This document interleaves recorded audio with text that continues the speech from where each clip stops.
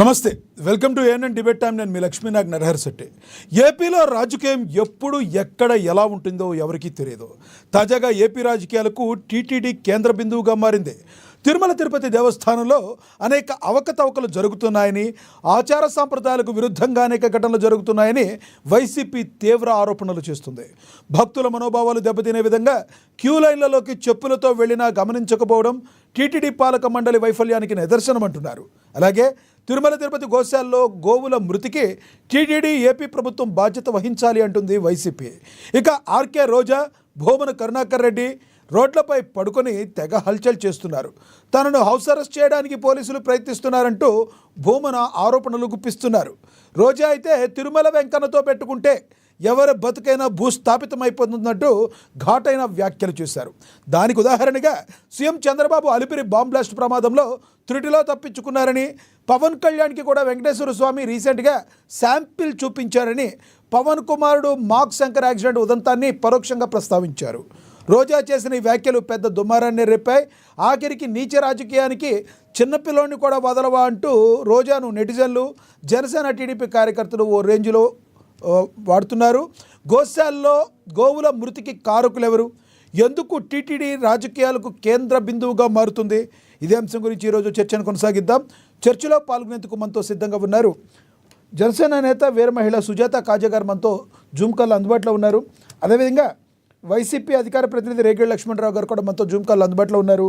రాజకీయ విశ్లేషకులు వేల్పూరి శ్రీనివాస్ గారు కూడా మనతో జూమ్ కాల్ అందుబాటులో ఉన్నారు. ఇక రాజకీయ విశ్లేషకులు, న్యాయవాది బండారు రామ్మోహన్ గారు కూడా మనతో జూమ్ కాల్ అందుబాటులో ఉన్నారు. ముందుగా మనం జనసేన నేత వీర మహిళ సుజాత కాజా గారితో మాట్లాడదాం. సుజాత గారు నమస్తే అండి.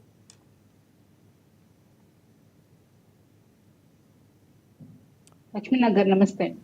సుజాత గారు, అసలు రోజా వ్యాఖ్యలు మీరు చూసే ఉంటారు. వైసీపీ నేత రోజా, అదేవిధంగా భూమన కరుణాకర్ రెడ్డి. నిజంగా టీటీడీలో ఏం జరుగుతుంది అంటే, ఒక రకంగా మనం మాట్లాడుకున్నట్టు క్యూ లైన్లో చెప్పులు వేసుకుని వెళ్ళడం కూడా మనం రీసెంట్గా చూసాం. గోవులు వందల సంఖ్యలో గోవులు చనిపోయినట్లుగా కూడా గోశాల మేనేజరే 197 గోవులు చనిపోయినట్లుగా చెప్పారు. ఇక అవి ఏప్రిల్ నెలలో 2024 ఏప్రిల్ నుంచి ఆయన తీసుకున్నారు. దాన్ని 24లో అంటే వైసీపీ అధికారంలో ఉంది. అప్పటి నుంచి కూడా ఇప్పటి వరకు కూడా గోవులు మృతికి గల ప్రధానమైన కారణం ఏంటి? ఈ ఆరోపణలో వాస్తవం ఉందా? ఇది చూసే ముందు, మీరు చెప్పే ముందు ఒకసారి రోజా గారు ఏమన్నారో అది విని మనం డిబేట్లోకి వెళ్దాం.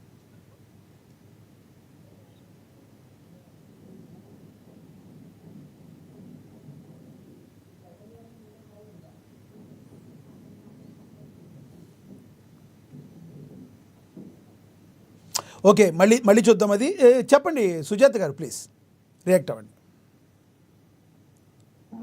లక్ష్మీనగర్, ముందుగా మీకు అలాగే ప్యానల్లో ఉన్న పెద్దలకి, వీక్షిస్తున్న ప్రేక్షకులందరికీ నమస్కారం అండి. నమస్తే అండి. వైసీపీ ఏదైతే అధికారంలో లేదో అప్పుడు ప్రభుత్వం మీద, ముఖ్యంగా మతాలని, కులాల మధ్య చిచ్చు పెట్టి దేవుడి మీద నీచ రాజకీయాలు చేయడం మనం ఇంతకు ముందు చూసాం. అయితే 2019 ముందు పింక్ డైమండ్ విషయంలో వీళ్ళు చేసిన రచ్చ అంతా మనం అందరం చూసాం. ఆంధ్రప్రదేశ్ ప్రజలందరూ వారు ఏ విధంగా ప్రవర్తించారు, ఎన్ని అబద్ధాలు మాట్లాడారు.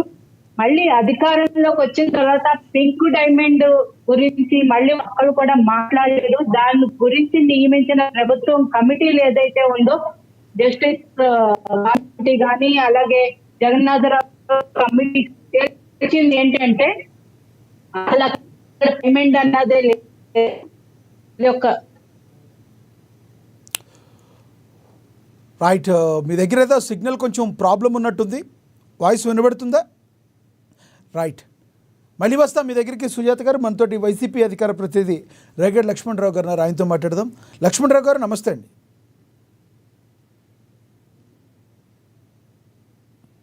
నమస్తే అండి లక్ష్మణరావు గారు. నమస్తే అండి. Good evening.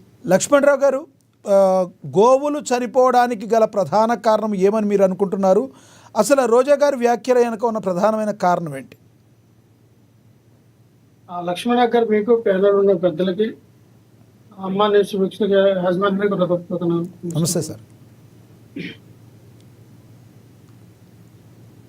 TTD board chairman ఎవరైతే ఈవో గారు చైర్మన్ ఇద్దరు కూడా ఒక స్టేట్మెంట్ అనేది ఇవ్వడం జరిగింది. 193 గోవులు చనిపోయినాయి. అది ఏప్రిల్